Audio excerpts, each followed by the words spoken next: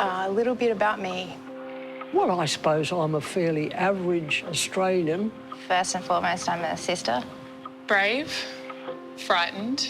And loving, I guess. Confused. Confused.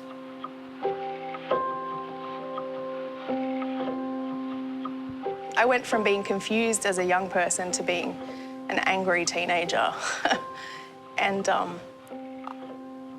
I really love that teenager. Pretty wild and out of control and a lot of a party animal, but also quite angry, I think. Yeah, she seems like a different person to the way I'm living my life now. That younger woman is always waiting for someone to say, do this, do that, dance for us, clear the table. I was hungry for all sorts of experiences, but perhaps not brave enough to take some of those experiences and deal with them fully. Instead of embracing my differences, I hid them and tried to fit in. I tried to fit in. I doubted myself in my 20s. I was so full of angst and not sure of where I was and didn't like myself much.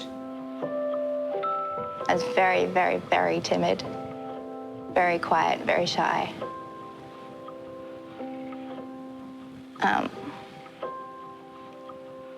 I know I often felt guilty.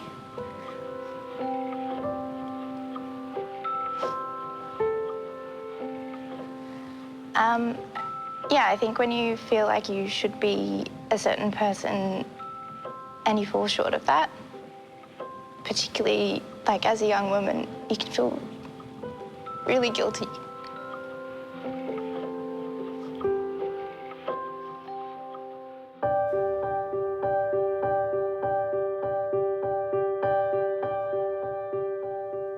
What would I say to the angry teenager? Don't be scared.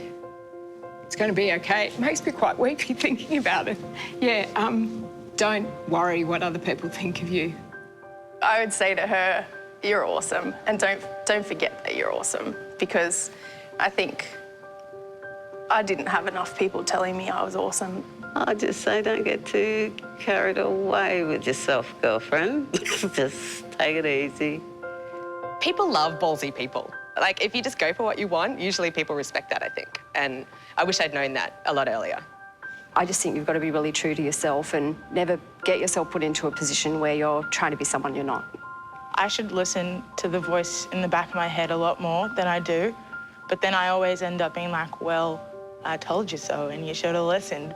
And when you're in a world that bombards you with so many messages about how untrustworthy you are, or frivolous, or unimportant, or somehow secondary, it's quite a tragedy that women have to go through so much self-doubt just to exist.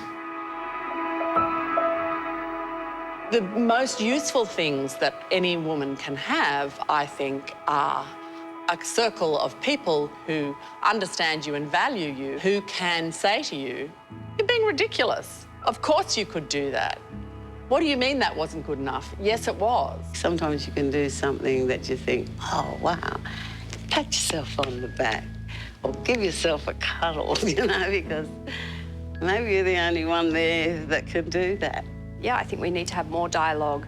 We need to hear more female voices. I really admire younger women because I see them doing things that to me are terribly complicated, and I just think they just do these things so well.